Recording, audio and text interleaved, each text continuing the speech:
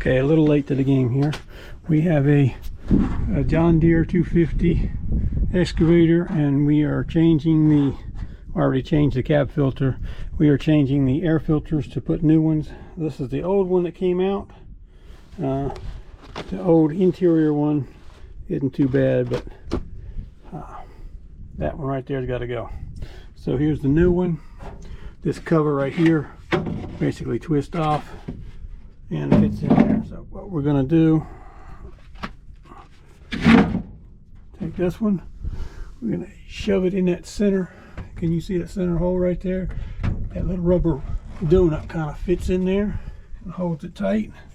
We're going to grab this one and let's back up so you can see. Put that one in there, and then how can I angle you? Maybe you can see it from that direction.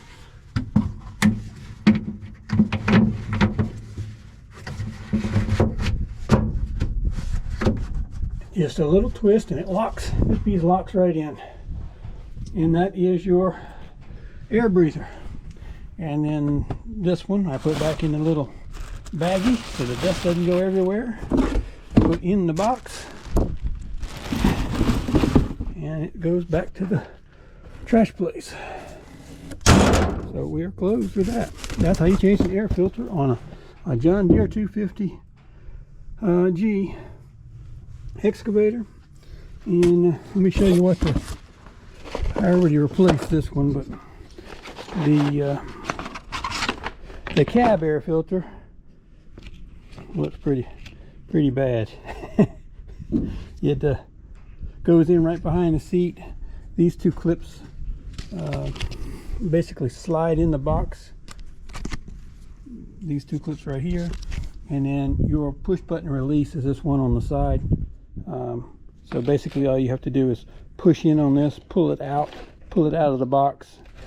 When you put the new one back in, you put these clips in first, and then push this in, and this clip locks shut, and you're good to go until next time. But as you can see, there's